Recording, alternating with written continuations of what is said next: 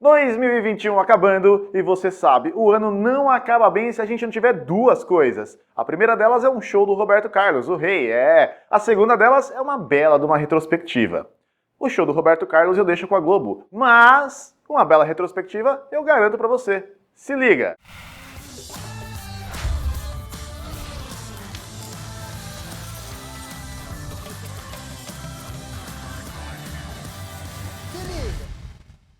2021 começou como 2020 acabou, infelizmente para todos nós, né? Porque a gente acabou o ano de 2020 com uma pandemia a pleno vapor e ela só se intensificou no início de 2021. É claro que não se intensificou de maneira igual no mundo inteiro, até porque a corrida das vacinas já estava surtindo efeito no mundo desenvolvido. Essa corrida das vacinas mostrou de maneira muito nítida a desigualdade entre os países desenvolvidos e os países subdesenvolvidos. Então, os Estados Unidos e a União Europeia começaram a vacinação em massa e já viram essa consequência da vacinação surtindo efeito, com um arrefecimento da pandemia. Por outro lado, o Brasil acabou se tornando o epicentro da pandemia. E uma das cenas mais marcantes desse fato foi aquele lance em Manaus, onde até oxigênio faltou para suprir a necessidade dos doentes que estavam internados. Claro que, com a pandemia se agravando em boa parte do mundo, a crise econômica que havia começado junto com a pandemia também foi se agravando.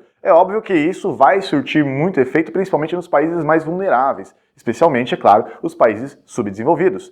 Por isso mesmo, a OMS apelou de maneira frequente pela melhor distribuição das vacinas, ao mesmo tempo em que apoiou lockdowns nos países todos que estavam sofrendo muito com a pandemia, né? E além disso, a gente viu que com a vacinação chegando em vários outros países, a vacinação chegando, não vou dizer nem de maneira democrática, porque até agora ela não se espalhou de maneira democrática, mas com a vacinação chegando nos países subdesenvolvidos também, a gente constatou que, elas funcionam sim, e 2, ninguém vira jacaré ao tomá-la. Pandemia comendo solta no início de 2021, então seria um péssimo momento para tomar qualquer decisão muito significativa do ponto de vista econômico e político e que representasse a saída de um país de um bloco econômico muito bem consolidado, como a União Europeia, certo?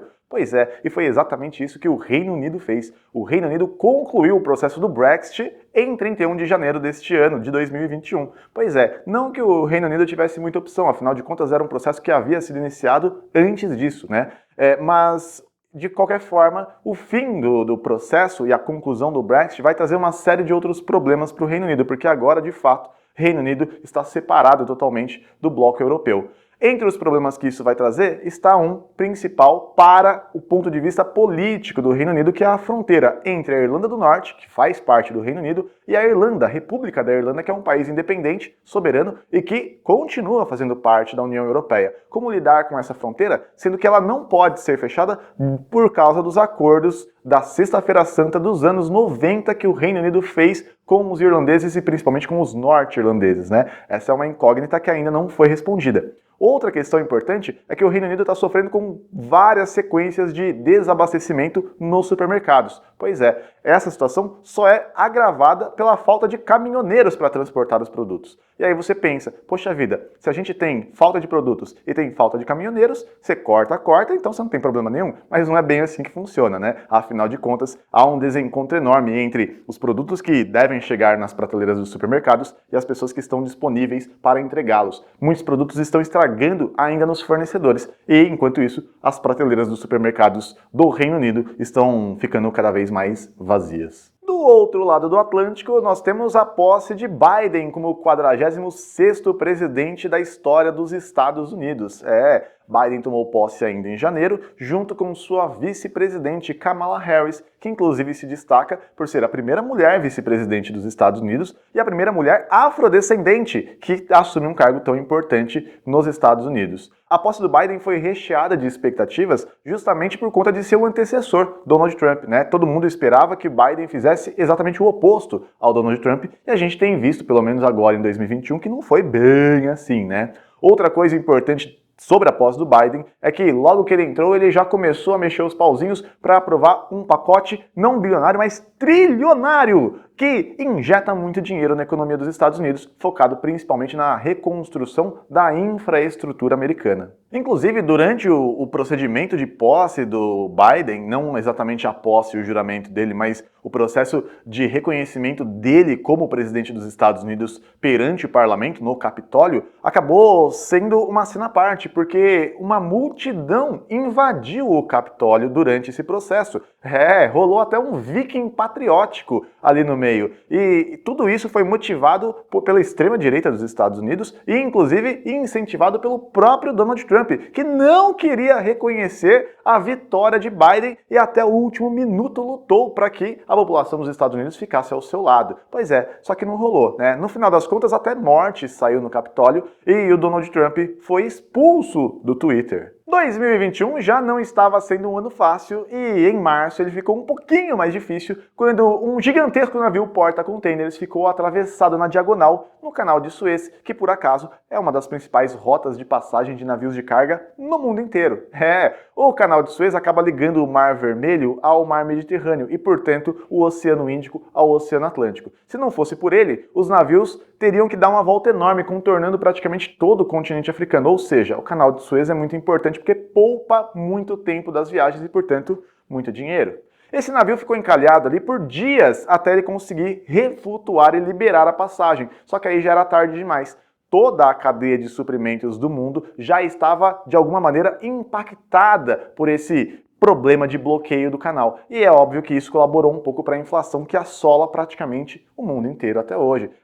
Não foi só o seu PlayStation 5 que demorou para chegar. Um monte de outras coisas também demoraram para chegar. E é exatamente por isso que a gente está vendo os preços subindo, subindo, subindo. Falando em problemas na cadeia de suprimentos, a gente teve, na verdade, uma bola de neve. E não foi só por causa do navio atravessado no canal de Suez, não. Na verdade, foi a pandemia, porque, pensa comigo, lockdown, mais um monte de gente em casa, mais um monte de incertezas econômicas, vai causar o quê? Uma redução drástica na produção de praticamente tudo, exceto aquilo que estava ligado ao combate à pandemia. Então, você teve redução de produção desde produtos agrícolas até de componentes eletrônicos, como semicondutores. E os semicondutores são um destaque aqui, porque praticamente tudo hoje usa semicondutores. E ao mesmo tempo em que a produção dos semicondutores foi reduzida, a gente teve uma explosão na demanda por semicondutores no mundo inteiro, porque as pessoas estavam em home office, né? Estavam em casa e precisavam de outras formas de entretenimento. Então todo mundo aproveitou para comprar um computador novo, para comprar um videogame novo, para comprar uma televisão nova. E o problema é que praticamente tudo que a gente tem hoje que é eletrônico usa microprocessadores. Se bobear, até a sua Air Fryer tem microprocessador hoje também, né? E aí o que vai acontecer? A gente vai ter uma inflação enorme desses produtos, né? Além disso, outras cadeias de produção vão parar, porque está faltando componente de microprocessadores, está faltando semicondutores, e não tem como você concluir a produção desses itens todos sem os microprocessadores. E alguns desses setores empregam muita gente. É o caso da indústria automobilística, né? Os automóveis de hoje, por mais simples que sejam, usam componentes semicondutores e isso fez com que a produção de automóveis de boa parte do mundo fosse paralisada por muito tempo. Outra coisa que chamou muito a nossa atenção ao longo de 2021 foram as Olimpíadas de 2020. Por quê? Porque elas deveriam ter sido realizadas em 2020 lá no Japão. E elas não foram por razões óbvias, você já sabe, né? Pandemia. E aí elas foram realizadas em 2021 em Tóquio. É claro que elas foram realizadas dentro de um contexto de muito receio pela explosão de casos no Japão, que foi de fato o que aconteceu, né? Além disso, as Olimpíadas de 2020 foram realizadas de maneira muito mais modesta do que a gente poderia supor. Afinal de contas, a gente ia esperar um show de tecnologia e muitas coisas, talvez até mesmo controles de videogame chovendo nas arquibancadas, mas não, é óbvio que isso não aconteceu. As Olimpíadas foram modestas e sóbrias, muito provavelmente por conta da pandemia, mas também por conta das incertezas econômicas que estavam assolando e ainda assolam o mundo inteiro. Por outro lado, o Brasil teve a sua melhor participação com algumas surpresas, inclusive no skate. Já na Europa, a gente observou ao longo de 2021 diversas crises políticas. Muitas delas estão rolando até agora, como por exemplo a de Belarus, onde o Felipão belarusso, o Alexander Lukashenko, governa o país com um punho de ferro desde 1995. Tecnicamente, ele foi o único presidente da história do país, já que o país conseguiu sua independência um pouco antes disso, né? Era uma ex-república soviética e, desde a independência, é o Alexander Lukashenko que governa o país. Ele é considerado o último ditador da Europa e, como todo bom ditador, ele não gosta muito de oposição. E foi exatamente isso que motivou ele a prender um opositor. O opositor era Roman Protasevich, um blogueiro e dono de um site de oposição que divulga notícias contra o governo. Ele é de fato de Belarus, só que ele tinha fugido de Belarus justamente pelo medo que ele tinha de ser perseguido politicamente. E o que vai acontecer? Ele começa a fazer palestras ao redor do leste europeu para denunciar os desmandos do governo de Alexander Lukashenko. O problema é que ele não contava com a ousadia do bigodão. O presidente do país resolveu interceptar um avião de passageiros no qual estava o Roman Protasevich e sua namorada. Quando o avião passou pelo espaço aéreo de Belarus, ele mandou um avião da Força Aérea interceptar o avião, forçar o pouso do avião na capital Minsk e arrancou à força tanto o Roman Protasevich quanto sua namorada. E eles estão hoje presos e podem enfrentar um processo que pode colocá-los por décadas na cadeia. E é claro que a União Europeia e a comunidade internacional como um todo não ficaram nada satisfeitos com isso e começaram a impor uma série de sanções contra a Belarus. E é claro que o Lukashenko não deixou por menos. Ele começou a hostilizar a União Europeia e provocar a União Europeia. E a forma que ele encontrou para fazer isso foi mandar um monte de refugiados que estavam passando por Belarus direto para a fronteira com a Polônia. Não é fácil ser opositor do governo de Belarus. Falando em líderes longevos, não posso deixar de mencionar a crise que envolve o país do meu xará, Vladimir Putin. Vladimir Putin e Alexander Lukashenko são brothers, né? Inclusive são dois países vizinhos. O Vladimir Putin tem suas próprias crises para resolver e, como todo bom governante com longos períodos no poder, ele vai criar vários inimigos, né? E alguns desses inimigos serão mais incômodos do que outros. E é o que ele vai fazer com o Alexei Navalny. Alexei Navalny é um jornalista russo que expõe todos os problemas do governo de Vladimir Putin e que estava sendo perseguido pelo governo de Vladimir Putin, quando ele foi supostamente envenenado ainda em 2020 e teve que ir às pressas para um hospital em Berlim, onde ele recebeu tratamento. O problema é que ele estava cumprindo condicional na Rússia quando ele foi para Berlim. E quando ele voltou, como todo bom cidadão deveria voltar com boa fé, sabendo que ele tinha uma condicional para cumprir, ele foi acusado de violar essa condicional e foi preso, e está preso até agora. É claro que isso vai resultar em mais sanções da União Europeia e o Vladimir Putin vai pensar em formas de retaliar isso e incomodar a União Europeia. Uma das formas que Vladimir Putin encontra para incomodar a União Europeia é incomodando a Ucrânia. A Ucrânia não faz parte da União Europeia, mas tem uma certa relação com o bloco europeu, né? E essa crise entre Ucrânia e Rússia se arrasta desde 2014, não é novidade. Mas agora, em 2021, a situação ganhou uma escalada de tensões talvez nunca antes vista. Tanto é que tropas russas, milhares de tropas russas, estão agora na fronteira com a Ucrânia, só aguardando um estalar de dedos de seu líder supremo para invadir o país, se for necessário. Isso tudo porque o Vladimir Putin está muito incomodado com as sanções que a União Europeia tem feito, tem provocado, tem imposto à Rússia, e além disso, ele está insatisfeito com a subida de tom tanto da União Europeia quanto dos Estados Unidos contra a Rússia. É uma situação que ainda pode ter outros desdobramentos, a gente ainda não sabe se esses desdobramentos acontecerão em 2021, mas é uma situação que a gente tem que observar. O que a gente sabe é que a fronteira entre Ucrânia e Rússia não é o melhor lugar do mundo para se estar agora. Se você pensa que crises políticas são exclusividade do leste europeu, muito se engana. Nós temos aqui mesmo, no nosso continente americano. É o caso da ilha de Cuba. Os cubanos saíram às ruas como nunca antes visto neste século. Eles foram motivados principalmente pelo agravamento da situação ruim, tanto do ponto de vista econômico quanto social, que já existia antes da pandemia, mas que foi agravado, portanto, pela pandemia, claro, como no mundo inteiro. Eles saíram às ruas embalados, inclusive, por uma música que foi lançada por um artista famoso na ilha de Cuba, chamada Pátria e Vida. É um reggaeton com um ritmo maroto, né? Só que quem acabou dançando mesmo foram os manifestantes, porque o governo cubano acabou prendendo centenas de manifestantes e alguns deles não foram liberados até agora. Ainda na América Latina, mais especificamente na Colômbia, nós tivemos Protestos em massa também, mas dessa vez por conta de uma tentativa de reforma fiscal que o governo estava tentando colocar ali ainda para esse ano para conseguir arrecadar alguns recursos para programas sociais. O problema é que para conseguir manter esses programas sociais, o governo tinha como proposta aumentar o imposto de renda das pessoas mais pobres, ou seja, você tira dos pobres e dá para os pobres de volta, não faz sentido.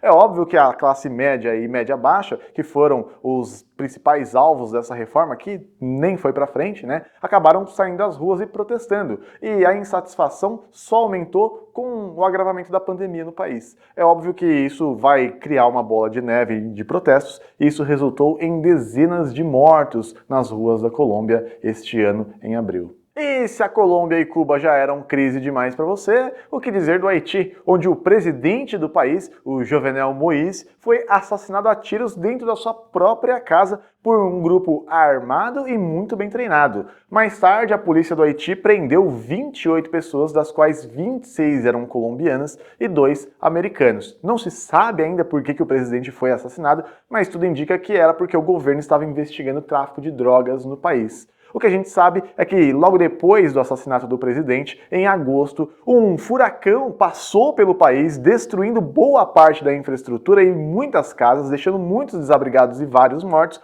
e, não sendo suficiente, um terremoto de magnitude 7.2 na escala Richter acabou chutando o pau da barraca e destruindo ainda mais a já combalida infraestrutura do país. E você achando que o Brasil era um país azarado, não é mesmo? Falando em país azarado, nós tivemos aqui no Brasil, no dia 7 de setembro, várias manifestações, a maior parte delas de apoio ao governo de Jair Bolsonaro, né? Elas se deram sobretudo em Brasília, São Paulo e Rio de Janeiro, embora fosse possível vê-las em praticamente todas as grandes cidades do país, né? Teve um suco de fake news nessas manifestações, com gente inclusive chorando de emoção porque achava que o próprio presidente havia decretado um estado de sítio para acabar com a corrupção e fechar o STF, coisa que é óbvio, não aconteceu. Ficamos sabendo agora que o presidente da República, Jair Messias Bolsonaro, resolveu agir.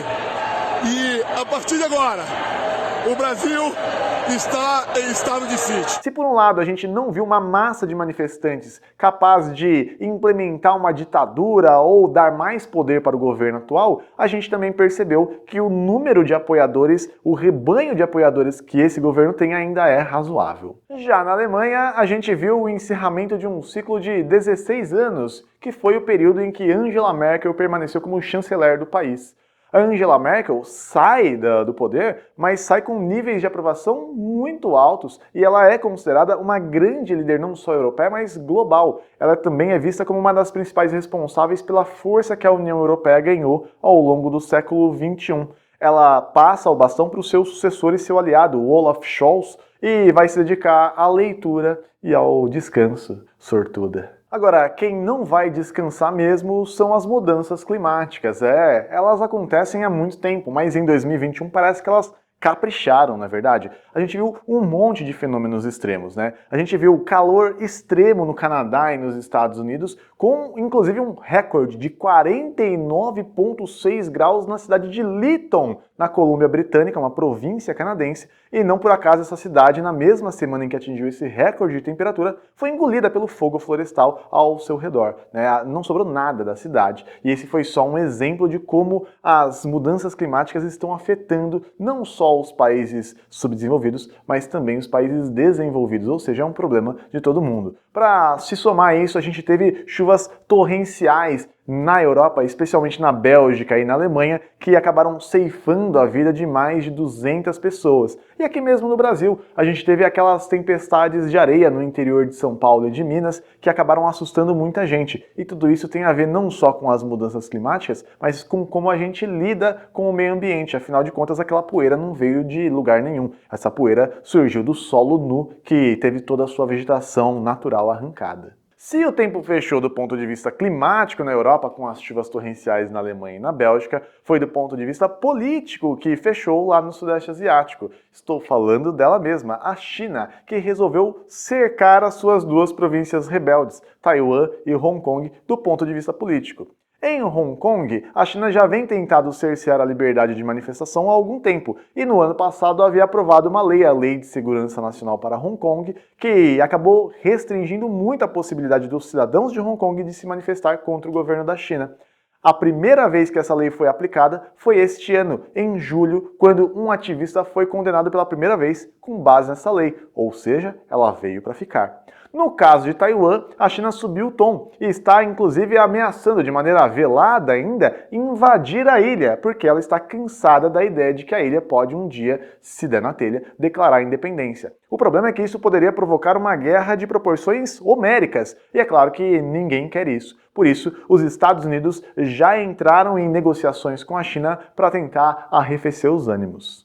Ainda na Ásia, mas no centro do continente, nós vivemos cenas dramáticas em agosto, quando os Estados Unidos decidiram concluir a retirada das tropas do Afeganistão, que estavam lá há quase 20 anos. Pois é, foi em 2001 que os Estados Unidos invadiram o Afeganistão no início da guerra ao terror, e eles decidiram tirar as tropas de lá depois de muitas negociações e de vários antecessores do Biden tentarem fazer isso por uma razão bem simples: dinheiro. Afinal de contas, os Estados Unidos gastaram aproximadamente 300 milhões de dólares, o que não parece muito quando você fala de uma guerra inteira, mas esse é o valor por dia de guerra, ou seja, ao longo de 20 anos, os Estados Unidos gastaram aproximadamente 2 trilhões de dólares. E é claro que os contribuintes americanos não estavam muito satisfeitos com isso. Os Estados Unidos também vão fazer isso por uma questão estratégica. Afinal de contas, China e Rússia estão ali do lado e o problema é mais deles do que dos Estados Unidos agora, que a Al-Qaeda está com bem menos força do que em 2001. As cenas dramáticas ficaram marcadas talvez por aquele último avião que saiu do aeroporto e que muitas pessoas tentaram embarcar, com pessoas caindo ainda na pista de decolagem, mas evidentemente a situação só tende a se agravar agora que o Talibã voltou ao poder, preenchendo esse vácuo, essa lacuna deixada pelos Estados Unidos. Mas a gente não tem que se preocupar, porque o Talibã prometeu ser bonzinho e a gente não tem por que desconfiar dessa vez, né? É claro que uma retrospectiva não estaria completa se não houvesse algum acontecimento envolvendo as tensões que existem entre Israel e os palestinos. Afinal de contas, a gente tem isso todo ano e em 2021 não foi diferente. Neste ano de 2021, o destaque ficou por conta do Hamas, aquele grupo que defende a destruição do Estado de Israel. O Hamas lançou centenas de foguetes contra alvos no território de Israel, com a intenção de provocar o maior dano possível, e testando o eficiente e caro escudo antimísseis de Israel, o Iron Dome, ou Domo de Ferro, né? O Estado de Israel, por sua vez, retaliou de maneira pesadíssima. E tudo isso aconteceu por quê? Porque havia disputas judiciais num bairro de Jerusalém Oriental, Sheikh Jarrah. Isso porque algumas famílias são consideradas residentes ilegais de imóveis que supostamente pertencem a herdeiros israelenses pré-guerra de independência do Estado de Israel. A questão foi parar nos tribunais e uma decisão definitiva acabou sendo colocada em pauta este ano, o que foi suficiente para que os palestinos mais radicais quisessem atacar o Estado de Israel, e foi o que aconteceu com o Hamas. Só que, a gente sabe, o Estado de Israel tem muito mais força, acabou atacando a Palestina, especialmente a faixa de Gaza, com bastante força, inclusive destruindo um edifício com 13 andares que abrigava, supostamente, alguns membros do próprio Hamas. E é claro que a gente não podia deixar de falar, nessa retrospectiva, daquilo que a gente viveu ao longo do ano com as variantes do Covid-19. As duas principais foram a Delta, que atrapalhou os planos de muita gente no verão do hemisfério norte em 2021, e agora a Omicron, que ameaça fazer o mesmo com os planos das férias de inverno das pessoas do hemisfério norte de verão aqui no Brasil. Do jeito que tá, vai faltar letra no alfabeto grego para tanta variante, não é mesmo? E é claro que a gente tem que lembrar também que quem descobriu a variante Omicron agora, no finalzinho do ano, foi a África do Sul. E por causa disso ela recebeu um prêmio maravilhoso. Os seus viajantes e de vários outros países da África Austral não podem mais entrar em diversos países da Europa, no Canadá, nos Estados Unidos e até mesmo no Brasil. É um belo jeito de encerrar 2021, né? Eu espero que você tenha gostado da nossa retrospectiva, que fez uma seleção dos principais temas que aconteceram em 2021. Eu destaco seleção, por quê? Porque se a gente fosse colocar tudo o que aconteceu de importante em 2021, esse vídeo duraria dias e você não daria conta de terminar de assisti-lo, não é mesmo? Então eu deixo aqui o meu agradecimento a você e um recadinho. Eu ouvi dizer que 2022 só vem com boas energias se você curtir esse vídeo, se você se inscrever no canal e deixar o seu comentário aqui embaixo. Eu desejo a você boas festas, um beijo, até breve.